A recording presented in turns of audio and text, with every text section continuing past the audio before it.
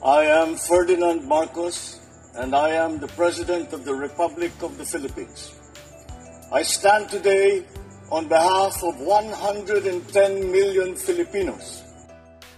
Hi everyone, hello universe, it's me again. Shoutout sa inyo mga kababayan. Hello sa mga Marcos loyalists and supporters, Filipinos and OFW. Shoutout po sa inyo. Siguro kilala nyo naman ito mga kababayan, ano? Ito po yung ex-Bucor na si Bantag, mga kababayan. Ngayon, inuumpisahan na hinahunting. Nako, mga bes. Alam nyo naman ang kontrobersyal nito. Na utak sa pagpatay kay Kaper Silapid. Nako, ito na kaya ang hudyat para mabigyan ng tuluyan ng hustisya at sino ba talaga ang nasa likuran ng pagpatay kay Kaper Silapid? Si Bantag ba or mayroon pang pinakamataas? Nako, ano po guys ang kapalagayan nyo? Alam nyo sa totoo, ito si ex-Bucor Bantag, magaling siya talaga, no? As in, kaso lang talaga medyo nahawaan sa kasamaan ng mga ibang tao. Alam nyo, sabi ko nga, 'di ba? Past administration, maraming mga ibang kapulisan ang napasama dahil sa maling gawain. Especially sa mga reward system na yan, mga bes, ano? So dahil dito, basahin natin, ha? Sabi dito, no, nakatanggap ang Philippine National Police, which is ang PNP, ng impormasyon nitong Miyerkules, Enero 22, tungkol sa posibleng pagkakakita kay dating Bureau of Correction, Bucor Chief General Bantag. Ay, nako. Sa mga fans ni General Bantag, baka mamaya sasabihin nyo sa fake news.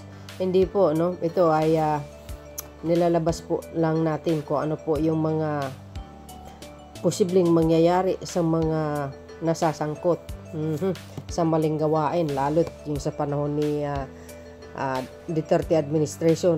Kaya sabi ko nga, actually itong mga to, mga matitino, kaso lang nadadala sa mga buyo. Kaya sabi nga natin, sino kaya nasa likuran talaga ng pagpatay kay Kaper si? Alam nyo, dekada na po yan na naging journalist, pero wala pang committee, wala pang nagtatangka sa kanyang buhay. 'Di ba? Naalala nyo si John Pala, ganun din ang trabaho niyan eh. Pareho sila, journalist din yun eh. Pero pinatay yun, mga bes, ha? Sila 'di ba? Sila Las Cañas ang pumatay dahil sugo ni Mayor. Tuloy sa press briefing, sinabi ni PNP spokesperson Brigadier General Jean Fajardo na tinalakay niya ang ilang development hinggil sa paghahanap kay Bantag kasama si Criminal Investigation and Direction Group, si IDG ng Brigadier General Nicolas Torre nito.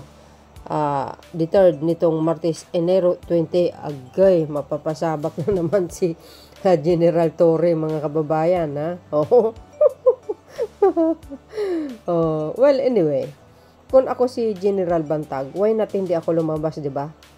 At sagutin yung mga akusasyon laban sa kanya at magsasabi siya ng totoo. Wala namang problema doon, mga kababayan, kung sasabihin niya yung totoo, sino ba talaga ang nag-utos, no?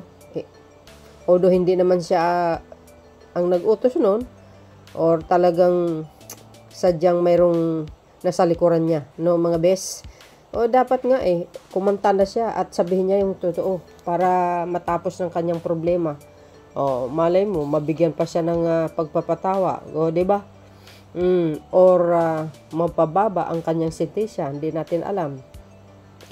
Tuloy, sabi dito, but without giving too much detail ay hindi po tumitigil ang ating tracker team. Ang ating namang mga efforts ay being reported by Chief PNP and even our Secretary of Interior and Local Governments. Sabi po ni Fajardo dyan. Si Bantag ang pangunahing suspect sa pagpatay sa broadcaster na si Percy Lapid. Sa tingin nyo, mga kababayan, courtesy po ng Pilipinas Today, sa tingin nyo, there's a possible na magsalita siya ng buong katotohanan kung sino ang nasa likuran?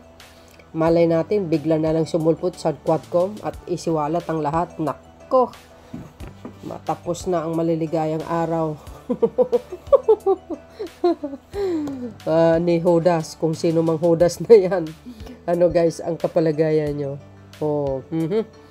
Sabi dito mga besa, sabi dyan, PNP may balita sa hide and seek ni Bantag. Nako, kausap ko lang po kahapon si CIDG Chief General Nicanor Torre, and I asked him personally ano po yung mga developments sa efforts nila. There are some reports that reach our office on the possible sighting nga po ni ex-Bucor Director General Bantag, ani ni PNP spokesperson Brigadier General Jean Fajardo Agay. Nako, talaga na napapasubo si General Torre dito guys Pero in fairness naman talaga no.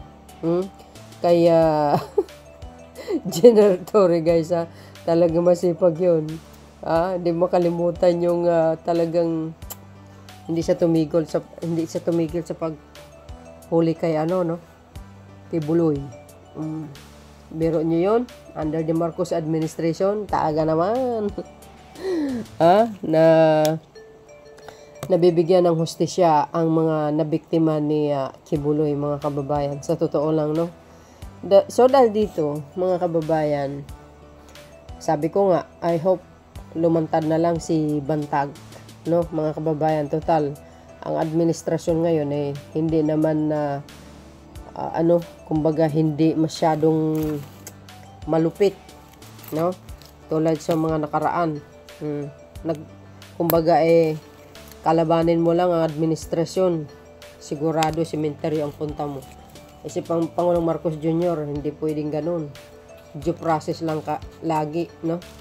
Ang kanyang sinusunod kung ano po yung batas, no? So dahil dito mga kababayan, sa mga fans ni General Bantag dyan, nako, talagang ganyan, pag nasasangkot ka o gumawa ka ng kasamaan sa kapwa, managot ka dapat sa batas. Dahil may batas tayo sa lupa Dahil kung walang batas, ang mundo patayan dito, patayan doon. At hindi ganito ang magiging itsura ng mundo guys. So, yun lang po mga beswa, ang pinaka-latest updates nyo. Kaya abangan na po natin ang resulta sa pag-manhunt kay dating ex-Bucor General Bantag. Ayan hindi nyo ba napapansin? Lahat ng mga malapit kay Digong nasasangkot sa mga anomalya, sa mga hindi magandang gawain, mga bes. Di ba? So, yan lang mga beswa. Salamat sa inyong watching. See you again on my next upload. Beja! Bye. And babus! God bless Philippines!